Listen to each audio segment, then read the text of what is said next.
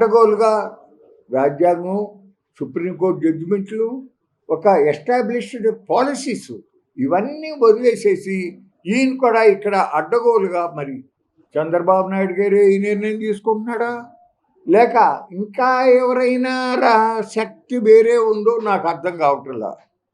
కానీ జరుగుతూ ఉంది మాత్రం చాలా తప్పు. ఇటు టీసీఎస్ కానీ, కాగ్నిజెంట్కి కానీ, లుల్లుకి కానీ, ఇక్కడ హైదరాబాద్ మన అమరావతిలోనండి, అమరావతిలో స్టేట్ బ్యాంక్కి, రిజర్వ్ బ్యాంక్కి, ఆఖరికి మన లైఫ్ ఇన్సూరెన్స్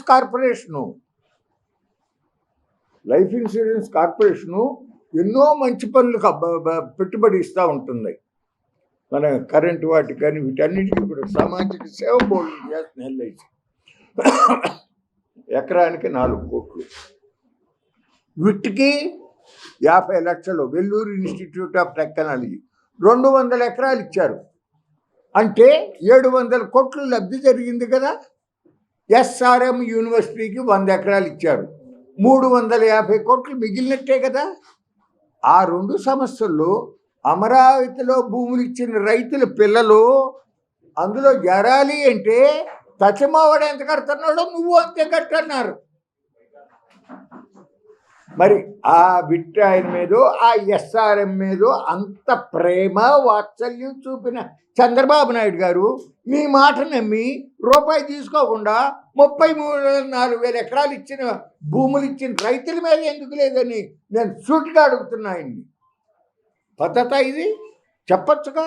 ఆఖరికి నువ్వు ఇచ్చిన కాగితం వాళ్ళు పొలం ఇచ్చేశారు, రిజిస్టర్డ్ డాక్యుమెంట్లు కూడా నీకు ఇచ్చేశారు. నువ్వు ఇదిగో నీ రెసిడెన్షియల్ ప్లాట్ ఇది, నీ కమర్షియల్ ప్లాట్ ఇది అని కాగితం ఇచ్చావంటే దానికి విలువ ఉండాలి కదండి. బ్యాంకుకి వెళ్తే ఏమన్నారు, మాకు ఇదేం పనికిరాదు, మేము లోన్ ఇవ్వమంటున్నారు. మరి వాళ్ళని పిలిచి మీరు అట్లా చేస్తాను వీలేదు, మేము ఇచ్చిన కాగితం అయ్యేది, మీరు డబ్బులు ఇవ్వమంటారండి, నువ్వేమో ఎకరం ఇంతగా విలువ చేస్తుందని చెప్పి ఇల్లు కట్టేవాడికి రియల్ ఎస్టేట్ వాళ్ళకేమో బోర్డంత డబ్బు ఇస్తావా, ఆ భూమి ఉన్న రైతుకేమో 2 లక్షలు 1 లక్ష ఇస్తానికి ఏడుస్తున్నావా, నా కుదరదు అని చెప్పాలి కదండి. మరి చెప్పవే. ఈ రకమైనటువంటి పిచ్చి పనులు చేస్తా పైపెచ్చు. ఇదిగో అసలు భూమి ఏమన్నాడు దాంట్లో ప్లాట్లు వేసేసి అవి ఇచ్చారు. ఇప్పుడు ఇంకా దాదాపు 2,000 మందికి క్లియర్ కాదా, ఇంకా దాదాపు మొత్తం అట్లా అన్నీ కాదు 2,000 ప్లాట్లకి మిగిలిపోయినాయి. వీరభద్రగారు 2,000 మందికి మిగిలిపోయినాయి. వాటి మీద దృష్టి సారించి ఎప్పుడు ఎన్ని ఏళ్ళు అయిందండి, 11 ఏళ్ళు అయింది కదా. వాటికి ఇంకా ఎల్పిఎస్ లేఅవుట్లో వాడికి ఇచ్చిన ప్లాట్ దగ్గరికి వెళ్దా ఉంటే రోడ్లు ఎక్కడ ఉందండి, రోడ్లు ఉన్నాయా? ఇవన్నీ పద్ధతులు మార్చుకో నాయన. మీ మీద వేరే కోపంతో ఏం చెప్పటల్లా. నువ్వు ఇంకా 4 ఏళ్ల పాటు పరిపాలించాలని తెలుగుదేశం అభిమానిగానే చెప్తున్నా. నేను నాకేమీ మొహమాటం లేదు, నేను తెలుగుదేశం అభిమానిని. కానీ ఈ పొరపాటు చేస్తూ చివరికి కార్యకర్తలకు కూడా చాలా ఇబ్బందికర పరిస్థితులు తీసుకొస్తున్నారు మీరు. భవిష్యత్తులో వాళ్ళకి మార్చుకోండి, ఇమ్మీడియట్గా క్యాన్సిల్ చేయండి. అక్కడ ఈ ఆర్టీసీ దాంట్లో వాళ్ళకి ఇచ్చినవి కానీ, అక్కడ విశాఖపట్నంలో టీసీఎస్కి వాళ్ళకి ఇచ్చినవి కానీ 4 కోట్లు తగ్గకుండా, బేసిక్ వాల్యూకి తగ్గకుండా ఇవ్వాలి. అట్లాగే ఒకవేళ లీజుకి ఇవ్వాలి అనుకుంటే 30 సంవత్సరాలకు మించి ఇస్తానికి వీలు లేదు. 99 సంవత్సరాలకి ఇస్తావా? లుల్లుకి నువ్వు ఇప్పుడు ఇచ్చేటప్పుడే 66 ఏళ్ళు ఇస్తున్నావు, ఆ తర్వాత ఇంకొక 33 ఏళ్ళు పెంచుకుంటానికి అవకాశం ఇస్తావా? అంటే కష్టపెట్టేయటమే కదా పద్ధత ఇది. దయచేసి ఇటువంటివన్నీ కూడా ఎవరో పిల్లి కళ్ళు మూసుకుని పాలు తాగుతా నన్ను ఎవరు చూడటం లేదని అనుకుంటుందంట. కాబట్టి అదే ధోరణిలో వెళ్తున్నారు మీరు. ఇదివరకు అక్కడ జగన్మోహన్ రెడ్డి గారు ఒక్క బిల్డింగ్ మీద 500 కోట్లు ఖర్చు పెట్టించినట్టు పరిస్థితి మనం చూసాం. ఆ రోజు ఆ 500 కోట్లు ఖర్చు పెట్టడంలో పాత్ర వహించిన మనిషే ఇవాళ ఇక్కడ సిఆర్డిఏలో ప్రముఖమైన కీలకమైన స్థానంలో ఉన్నాడు. ఆయనకు అటువంటి తప్ప ఆ సామాన్యమైన పిచ్చి రైతుల గురించి ఏం తెలుస్తుంది? ఏమి పడుతుంది? పట్టదు. దయచేసి ధోరణి మార్చుకోమని నేను కోరుతా ఉన్నాను.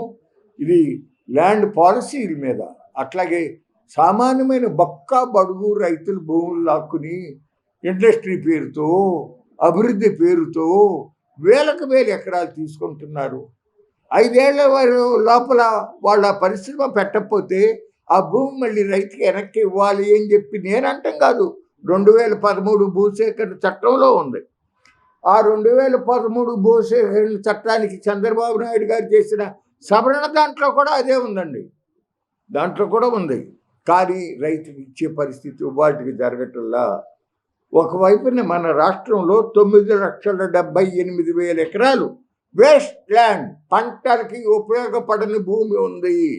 నెల్లూరు జిల్లాలో 81,000 ఎకరాలు ఉంది.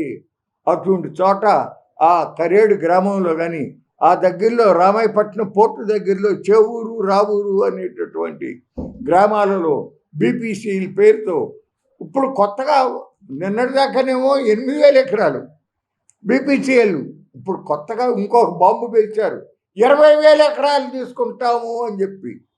ఈ రకంగా అసలు ఒక రైతన్నా వ్యవసాయం అన్నా ఏ మాత్రము లెక్క లేకుండా ఈ రోజున అభివృద్ధి పేరుతో నాశనం చేస్తున్నారు. ఈ విధానాన్ని మార్చుకోండి అని చెప్పి నేను సవినీయంగా చంద్రబాబు నాయుడు గారికి విజ్ఞప్తి చేస్తున్నా. ఈ కేటాయింపులు రద్దు చేయండి. మీరు ఇవ్వాలి అనుకుంటే సుప్రీంకోర్టు జడ్జిమెంట్ని, ల్యాండ్ పాలసీని అనుసరించి చెయ్యండి అని అడుగుతా ఉన్నా. ఇప్పుడు సోదరులు మహాదేవ్ గారు వారు కృష్ణా గోదావరి గ్యాస్ గురించి చాలా ఉద్యమము కృషి చేసినటువంటి వ్యక్తి. అట్లాగే మన విశాఖపట్నంలో స్టీల్ ప్లాంట్కి 22,000 ఎకరాలు ఇచ్చారు అక్కడ రైతులు ఆ రోజుల్లో. ఆయన వాళ్ళకి ఎంత ఇచ్చారో తెలుసా అండి? ఎకరానికి 1,475 రూపాయలండి నష్టపరిహారం స్టీల్ ప్లాంట్కి విశాఖపట్నంలో ఇచ్చింది. ఆ తర్వాత ఏదో కొద్దిగా 40,000 50,000 సంథింగ్ పెంచారంతే ఆ రైతుల పక్షంగా. అంటే వాళ్ళకి ఆ రోజున ఆ భూమి తీసుకున్నప్పుడు ప్రతి కుటుంబానికి ఒక ఉద్యోగం ఇస్తామన్నారు. 8,000 మందికే ఇచ్చారు 16,000 మందిలో, ఇంకా 8,000 మందికి ఇవ్వాల. అప్పట్లోనే మేము మీకు ఉద్యోగాలు జీతం కానీ ఉద్యోగం ఇవ్వలేకపోతే జీవన వృత్తి ఇస్తామన్నాం, అది ఇవ్వాల. దానిపైన చాలా తీవ్రమైన పోరాటం చేస్తూ ఉన్నాడు మహాదేవ్ గారు. వారు కూడా మాట్లాడతారు.